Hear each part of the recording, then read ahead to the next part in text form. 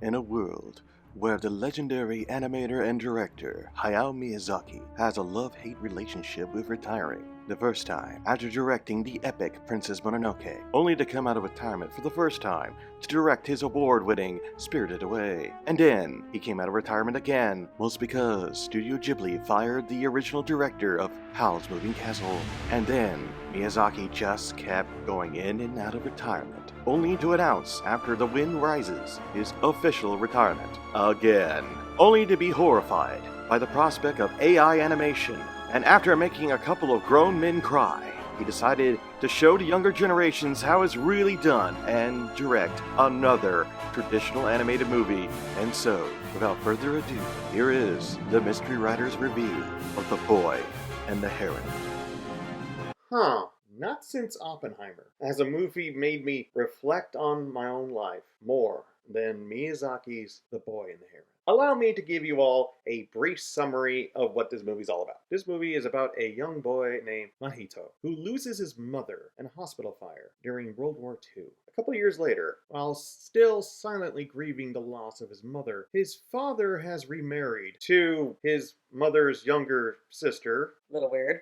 And her name is Nezuko. And she's pregnant with Mahito's baby sibling. And Mahito doesn't really know how to react to any of this, so yeah, he gets into a fight and injures himself with a rock at one point. In short, he's not taking the news well, okay? While he tries to act stoic and adult-like, he's still a child who lost their mother. And that is where the Gray Heron Man comes into play. He tries to trick Mahito into going into this mysterious tower that his great-granduncle created. The Gray Heron Man tries to lure Mahito into the tower with the promise that he could see his mother again. Oh, and he also kidnapped Nezuko. And so, the Gray Heron Man has no choice but to obey the orders of Mahito's great-granduncle and guide Mahito through a fantasy world of his own creation in order to get his new mother back. A world filled with anthropomorphic bird people, souls awaiting to be born. That's all I'm going to say about the plot for now, but I am going to give you a little bit of a warning. There are mild spoilers ahead. So, what did I think of this movie? I have to admit, this is probably the most anime movie Miyazaki has ever made. This feels like it's from another director. Just look at the Gray Heron Man. Tell me this guy doesn't fit in the world of One Piece. Not since the Castle of Cagliostro, or Castle in the Sky, has Miyazaki created something so anime-like. Because most of his movies don't feel like traditional anime.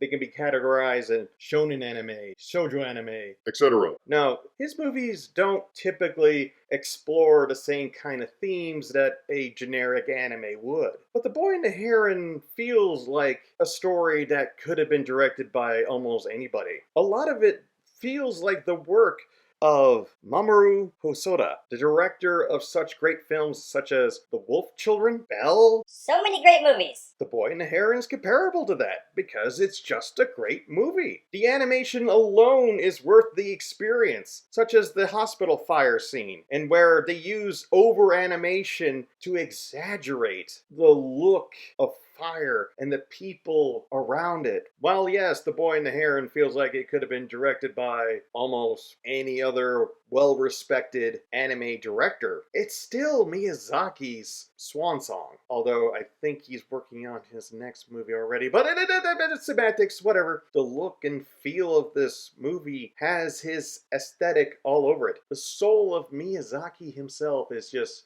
strewn throughout this movie, and you can tell that there was genuine heart and soul put in it. I would go as far as to say this is probably the best fantasy movie we've gotten in a long time. American or Japanese. It's comparable to the likes of Labyrinth and The Dark Crystal. That's what this feels like. This feels like this could have been made by the Jim Henson Creature Shop. But it has Miyazaki's art style all over it. The music. Hey, Academy? Hi. You Better. nominate this movie for Best Original Score. You better. Because this is probably one of the best musical scores of 2023. It's up there with Oppenheimer. It's up there with Killers of the Flower Moon. And you better give this movie the recognition it deserves. Because the musical score in this movie is Studio Ghibli's, well, I wouldn't say the best, but it's definitely one of the best musical scores from the Studio Ghibli catalog. Calm, serene when it needs to be, yet eerie and suspenseful, especially in scenes such as when the Gray Heron Man offers to give Mahito his mother back, only to find out that it's a Fake. That was almost like something out of Goosebumps. And then it just goes full-blown fantasy, and I loved it. Now, of course, this is where We get into some spoiler territory. I am going to be talking about the ending here, because depending on your perspective, this could be a good thing or this could be a bad thing.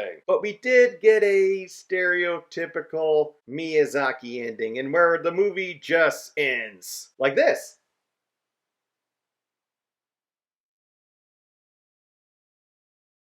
Miyazaki does have a tendency to either give us movies with long, bittersweet endings, or they just end. I think Ponyo is a good example of that, and where we just end on a freeze frame and are just left to wonder, okay, What happens next? does the world go back to normal? Or what? But in the case of The Boy and the Heron, I don't think it's a bad thing, because it wasn't until on the ride home from the theater that I came to realize the ending suits the movie perfectly. The idea that it just ends with Mahito leaving his bedroom of 2 years to go with his new family back to Tokyo. The war's over. Their new lives are about to begin. He leaves the room. We cut to black. That's it. I know what you're thinking. That doesn't sound necessarily satisfying. I thought so too, until I realized the deeper meaning of this movie. Because this movie is technically an extremely loose adaptation of one of Hayao Miyazaki's favorite childhood books, How Do You Live? And so that is the overarching question of the movie. But the movie is so subtle about its message that it's not preachy, because it trusts its audience to think for themselves. How do you live?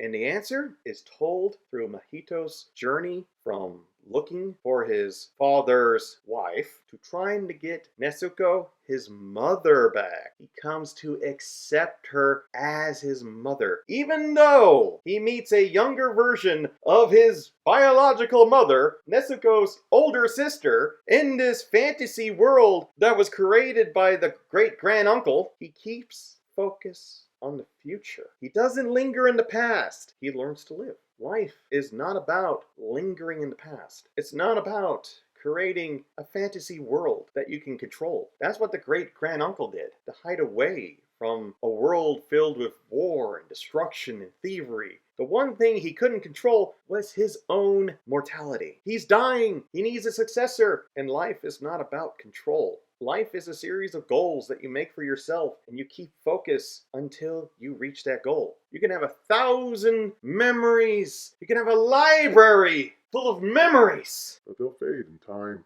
I was going to knock off a little bit of points for the abrupt ending. Thinking back at the whole moral of the story, it makes sense. You can look for a more satisfying ending, but that's not what life is about.